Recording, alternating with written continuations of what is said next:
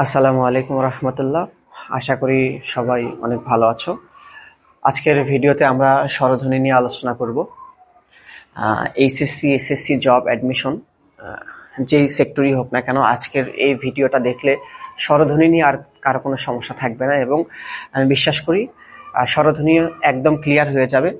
তো আমি একটু স্বরধ্বনিগুলো লিখে নিই।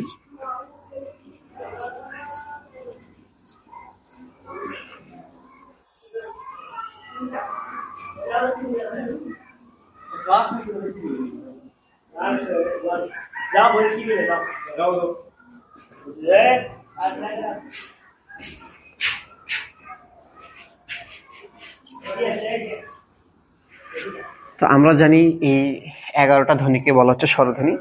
স্বরধ্বনির সংজ্ঞা হলো যে ধ্বনিগুলো অন্য কোনো ধ্বনির সাহায্য ছাড়াই নিজে নিজে উচ্চারিত হতে পারে, সেগুলোকে আমরা স্বরধ্বনি বলি। এই স্বরধ্বনিগুলোর কিছু প্রকারভেদ আছে।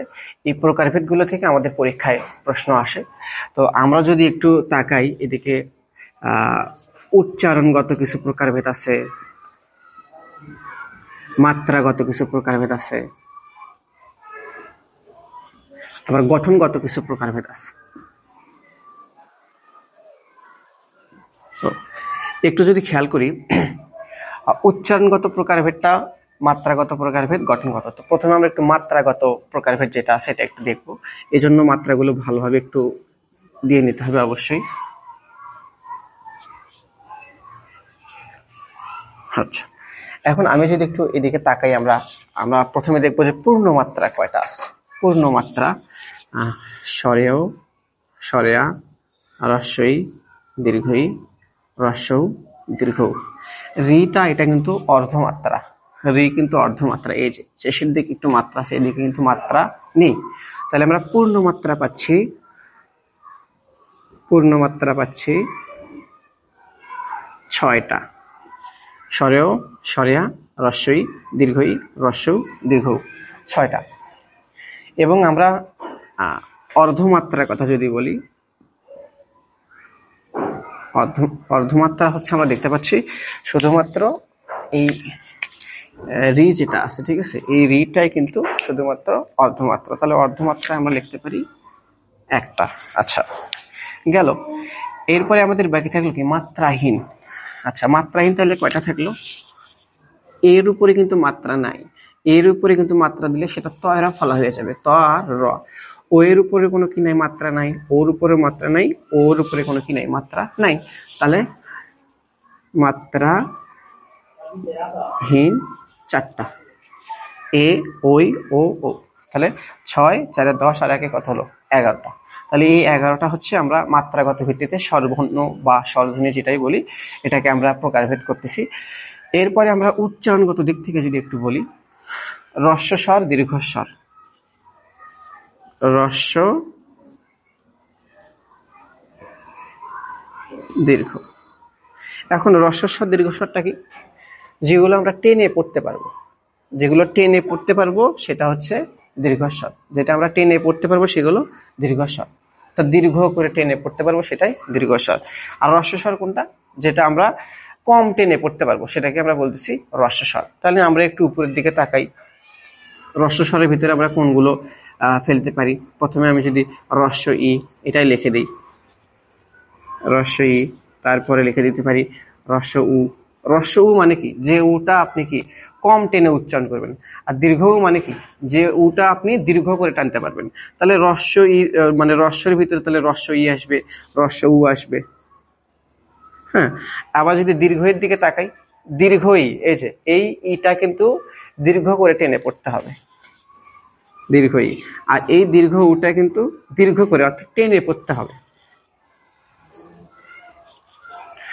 আপাতত আমরা এই দুইটা লিখলাম, এখানে আরো একটু কথা আছে, আপাতত এই দুইটা লিখে রাখি। এখন গঠনগত দিক থেকে আমরা একটু আলোচনা করব। গঠনগত দিক থেকে দুই প্রকার বলা হয়, মৌলিক স্বর, যৌগিক স্বর। মৌলিক, মৌলিক, যৌগিক। আচ্ছা, মৌলিক স্বর আর যৌগিক স্বরটা আসলে কি? মৌলিক স্বর বলতে যে স্বরধ্বনিকে ভাঙানো যাবে না সেটাকে আমরা বলতেছি মৌলিক স্বর। যৌগিক স্বরধ্বনি বলতে আমরা যে স্বরধ্বনিকে ভাঙাতে পারবো সেটাকে বলবো যৌগিক স্বরধ্বনি। তার আগে আমরা এই জিনিসটা ক্লিয়ার হই যে মৌলিক স্বর কয়টা, যৌগিক স্বর কয়টা। মৌলিক স্বর হচ্ছে 7টা, যৌগিক স্বর হচ্ছে 2টা। আচ্ছা, প্রথম কোন 2টা আমরা যৌগিক স্বর ধরতে পারি, একটু এদিকে তাকাই। ওই আর হচ্ছে ও, এই 2টাকে আমরা যৌগিক স্বর বলবো, ওই ও। এখন কথা হলো কেন এই 2টাকে আমরা যৌগিক স্বর ধরতেছি? অবশ্যই এই 2টাকে ভাঙানো যাবে বিধায় এই 2টাকে কি বলা হচ্ছে, যৌগিক স্বর বলা হচ্ছে, তাই না? ভাঙানো না গেলে তো যৌগিক স্বর হতো না, ভাঙানো যাবে বিধায় এই 2টাকে বলা হচ্ছে যৌগিক স্বর। এখন কিভাবে ভাঙানো যাবে? এই ওইকে আমরা ভাঙাতে পারবো ও রস্বই ওই, বা স্বরেয় রস্বই ওই। আবার এই ওকে আমরা ভাঙাতে পারবো ও রস্ব ও, আবার স্বরেয় রস্বই রস্ব ও। এই 2ভাবে ভাঙাতে পারবো। এখন পরীক্ষার অপশনে বলবে যে ওই ধ্বনির বিচ্ছেদ কোনটি। হ্যাঁ, তো ও রস্বই ওই, অরস্বই ওই, এই 2টা একসাথে আসার সম্ভাবনা নাই। যদি আসে তাহলে সঠিক উত্তর হবে এটা, যদি আসে তাহলে সঠিক উত্তর হবে এটা। মানে এটাকে ও রস্বই এটা দিয়েও ভাঙানো যাবে, অরস্বই এটাকে দিয়েও ভাঙানো যাবে, ও রস্বই এটাকে দিয়েও ভাঙানো যাবে, ওটাকে। ঠিক আছে, এখন তাহলে মৌলিক স্বর থাকলো। মৌলিক স্বর তাহলে যে স্বরগুলোকে ভাঙানো যাবে না, স্বরেও, স্বরেয়া, রস্বই এবং দীর্ঘইয়ের ভিতর থেকে আমাদের একটা নিতে হবে। দীর্ঘই মানে কি, রস্বই ডাবল রূপ, তাই না? রস্বইটা রস্ব করে উচ্চারণ করবেন, আর দীর্ঘই যখন উচ্চারণ করবেন তখন রস্বই ইটাই একটু দীর্ঘ, ই এরকম করে দীর্ঘ করে উচ্চারিত হবে। তাহলে রস্বই এবং দীর্ঘের ভিতরে শুধু নিতে হচ্ছে রস্বইটা।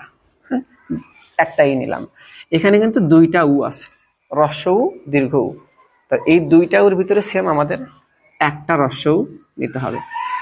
হ্যাঁ, এখন এই রি, এটা কিন্তু নেওয়া যাবে না, রিটা নেওয়া যাবে না, কারণ রি কে ভাঙালে ওটা ব্যঞ্জন চলে আসে, রয়সিকারে রি। এটা উচ্চারণের নিয়মের ভিতরে আমরা পাবো এইচএসসিতে। হ্যাঁ, তো 1টা 2টা 3টা 4টা, এখানে এ যে বাকি থাকলো এ আর কি ও। ঠিক আছে, এখন মৌলিক স্বর তাহলে আমরা এখন লিখি স্বরেও, স্বরেয়া, স্বরেয়কে ভাঙানো যায় না, স্বরেয়াকে ভাঙানো যায় না। তাহলে স্বরেয়, স্বরেয়া। রস্বই আর দীর্ঘের ভিতর থেকে আমরা কোনটা নিছি, রস্বই কি নিছি, রস্বই। তারপরে রস্ব উ আর দীর্ঘের ভিতর থেকে আমরা একটা উ নিছি, রস্ব উ। এ আর এ থাকলো, আর একটা কি থাকলো, ও। ওইটা কিন্তু যৌগিক স্বরের ভিতরে। ঠিক আছে, ওইকে ভাঙানো যায় ও রস্বই বা স্বরে ও রস্বই। তাহলে এ ও, তাহলে কয়টা হলো, 6টা হলো কিন্তু, তাই না? 1 2 3 4 5 6। কিন্তু আমি কি বলছি, মৌলিক স্বর 7টা, আর একটা আছে সেটা হলো এ। এখন কথা হলো এই এটাও কিন্তু ওখানে দেখাটা লেখা যাচ্ছে কিনা আমি জানি না। আচ্ছা, এই এটাও কিন্তু মৌলিক স্বর। মৌলিক স্বরের ভিতরে এক ওই থেকে আসলো, এটা হচ্ছে প্রশ্ন। আমরা যদি এটা কি আকার, তাই না, এটা কি একার। তো এই আকার আর একারের উচ্চারণ কিন্তু 2 ধরনের হয়। আকার কখনো এর মতো হয়, একার কখনো এর মতো হয়। জফলা আকার, জফলা আকার, এটা আবার কিন্তু গণা। যেমন আমি যদি লিখি, দেখুন তো, এখানেও আকার দিছি, এখানেও আকার দিছি। প্রথমটা উচ্চারণ করতেছি জ্ঞান, পরেরটা উচ্চারণ করতেছি গান। কেন? এখানে তো আমি লিখছি ইংজ আকার দন্তন্য, গান হওয়ার কথা ছিল, কিন্তু আমি কি গান আকারের মতো উচ্চারণ করতেছি না, কেন এর মতো উচ্চারণ করতেছি? এখানে আমি এর মতো উচ্চারণ করতেছি, লিখছি আকার, এখানেও আকার দিছি, এখানেও আকার দিছি, কিন্তু এখানেও উচ্চারণ করতেছি এর মতো, আবার এখানে উচ্চারণ করতেছি কি আয়ের মতোই। তাহলে এখানে কিন্তু উচ্চারণ করতে পার্থক্য পাইলাম আমরা। অর্থাৎ আ ধ্বনি যেটা আছে সেটা কখনো আয়ের মতো হলো, কখনো এর মতো হলো। সেম ভাবে এ ধ্বনি যেটা আছে, এখানে দেখা যাচ্ছে কিনা জানি না, এ ধ্বনি বা একার, এই একারের উচ্চারণটা আবার 2 ধরনের হয়। আমি যদি বলি দয়কারে দে, ক্ষয়কারে খা, আরেকটা লিখলাম তালিবাস ছয়কারে সে, ক্ষয়কারে খা। দেখেন তো, প্রথমটা আমি লিখছি কি দয়কারে দে, ক্ষয়কারে খা। আমি কি দেখা লিখছি নাকি দেখা লিখছি? আমি কিন্তু লেখছি দেখা, দয়কারে দে, ক্ষয়কারে খা, দেখা লেখছি দেখা, কিন্তু আমি কি উচ্চারণ দেখা? আমি কি বলি আমার সাথে তোমার দেখা হয়েছিল? আমি কি বলি দেখা? না, আমি কিন্তু বলি দেখা। তাহলে এখানে দেখা লেখছি দেখা, দয়কারে দে, কিন্তু উচ্চারণ করতেছে কি দয়জাফলা আকার ক্ষয়কারে খা, দেখা। তাহলে এখানে কিন্তু উচ্চারণটা হচ্ছে এর মতো। কিসের মতো হচ্ছে? এর মতো। আর এখানে কিন্তু শেখাকে আমরা কি বলি? শেখাই বলি। শেখা কি আমরা কেউ বলি শেখা? না, আমরা বলি যে এটা আমার অনেক আগে থেকেই শেখা। আমরা কি বলি এটা আমার অনেক আগে থেকে শেখা? না, আমরা বলি এটা আমার অনেক আগে থেকে কি শেখা। তাহলে এখানে কিন্তু এ ধ্বনির উচ্চারণ এর মতই হচ্ছে। এই যে এ ধ্বনির উচ্চারণ একবার এর মতো হচ্ছে, একবার এর মতো হচ্ছে, এটা আমি সংযুক্ত বিবৃতি নিয়ে আলোচনা করেছিলাম। ওই ভিডিওটা দেখলে কনসেপ্ট একদম ক্লিয়ার হয়ে যাবে। এখানেও ক্লিয়ার হওয়ার কথা। এ ধ্বনি এখানে কি দেখা, লেখছি দেখা, উচ্চারণ করতেছি দেখা। তাহলে দয়জা ফলা এর মতো হচ্ছে। শেখা শেখা, এখানে এর মতো হচ্ছে। আবার জ্ঞান গান। তাহলে এই যে এ ধ্বনি একবার এর মতো হচ্ছে, একবার একারের মতো হচ্ছে। সরিয়া ধ্বনি একবার কি সরিয়ার মতো হচ্ছে, একবার এর মতো হচ্ছে। এই উচ্চারণগত পার্থক্যের কারণে এটাকে এই যে এয়া যেটা আছে, হ্যাঁ, এই যে এই এটাকে আমরা মৌলিক স্বরের ভিতরে ফেলতে পারতেছি। এখন কথা হলো হ্রস্বস্বর, দীর্ঘস্বর। এখানে আমরা চাইলে এ আর হচ্ছে ও এটাকে বসাতে পারি। এটা মানে আমরা এ আর ও এটা আমরা টেনে দীর্ঘ করে পড়তে পারবো, টেনে আবার কম করে পড়তে পারবো, কম টেনে পড়তে পারবো। ক্লাস 10-এর বইয়ে হচ্ছে অর্ধ স্বরধ্বনি নামে একটা আছে, অপশন আছে। সেটা হলো কি অর্ধ স্বরধ্বনি, অর্ধ অর্ধ স্বর। এই অর্ধ স্বরের ভিতরে লেখা আছে রস্বই, রস্বউ, এ ও। অর্ধস্বর এবং পূর্ণস্বর দুইটা কথাই আছে। অর্ধস্বরটা হলো কি যে স্বরটা কম সময়ে উচ্চারণ করা যাচ্ছে, অর্থাৎ হ্রস্ব স্বরটা কি এক কথায় অন্যভাবে বলা হচ্ছে অর্ধস্বর। অর্ধস্বর বলতে কি যেটা পূর্ণভাবে উচ্চারণ না করে আপনি অর্ধভাবে উচ্চারণ করতেছেন। যেমন রস্বই, এটাকে তো আপনার মানে অর্ধভাবে উচ্চারণ করতে হবে। রস্বইটাকে তো আপনি দীর্ঘভাবে উচ্চারণ করতে পারবেন না। দীর্ঘইটা উচ্চারণ করার জন্য আপনার দীর্ঘই আছে। এই এইটাকে দীর্ঘভাবে উচ্চারণ করার জন্য, একটু টেনে উচ্চারণ করার জন্য, যেমন কয় শিকারে কি আর একটা হচ্ছে কয় দিকারে কি, দুইটাই কিন্তু ব্যবহার করা হয়। তো এই দুইটা উচ্চারণে কিন্তু কি আছে? পার্থক্য আছে। যেমন এই কি আর এই কি, এটা উচ্চারণ কিন্তু দ্রুত করতে হবে। তার কারণ কি এখানে হ্রস্ব ই আছে, ক হ্রস্ব ই, হ্রস্ব ই অর্ধ, এখানে ইটা কি এই যে অর্ধের ভিতরে ফেলছে, অর্থাৎ আপনি চাইলেও টেনে এটা করতে পারবেন না। তারপরে ওই যে আবার হ্রস্বউ দীর্ঘউ, হ্রস্বউটা আপনাকে কম টেনে পড়তে হবে, এবং দীর্ঘউ মানে কি দীর্ঘউ মানে দীর্ঘ করে আপনাকে ওই উঠে উচ্চারণ করতে হবে। আর এই ধ্বনিটা আছে, এটা আপনি চাইলে মানে দীর্ঘ করে পড়তে পারবেন, আবার হ্রস্ব করেও কম টেনেও পড়তে পারবেন, বেশি টেনেও পড়তে পারবেন। সেম ভাবে ও যেটা আছে, এই ও ধ্বনিটা আপনি চাইলে দীর্ঘ করে টেনে পড়তে পারবেন, আবার আপনি চাইলে কম করে টেনে পড়তে পারবেন। সেটা উচ্চারণের উপর নির্ভর করবে। আচ্ছা, তাহলে আমাদের শেষ। আর হয়তো বা এখান থেকে আমাদের আর কোনো সমস্যা নেই। তাহলে এটা ছিল ক্লাস 10-এর বই, এটা আমি জাস্ট একটু আলোচনা করে দিলাম। হ্রস্ব ই এটাকে অর্ধস্বর বলা হচ্ছে, কেননা এটা হচ্ছে আমরা চাইলে দীর্ঘ করে টেনে পড়তে পারবো না। দীর্ঘ করে টেনে পড়ার জন্য কোনটা আছে? দীর্ঘ ইকার আছে। দীর্ঘ করে টেনে পড়ার জন্য দীর্ঘ উকার আছে। এই জন্য হ্রস্ব এটা অর্ধস্বর, অর্থাৎ আমরা কম সময় নিয়ে এটা উচ্চারণ করব। আর এ আর ও এটা ক্লাস 10-এর বইয়ে অর্ধ স্বরধ্বনির ভিতরেও আছে, পূর্ণ স্বরধ্বনির ভিতরেও আছে। অর্ধ স্বরধ্বনি মানে কি কম টেনে পড়তে হবে, আর পূর্ণ স্বরধ্বনি মানে বেশি টেনে পড়তে হবে। এই এ আর ও এটা আপনি চাইলে কম টেনেও পড়তে পারবেন, আবার বেশি টেনেও পড়তে পারবেন। তাহলে এখানে আমাদের কনসেপ্ট ক্লিয়ার।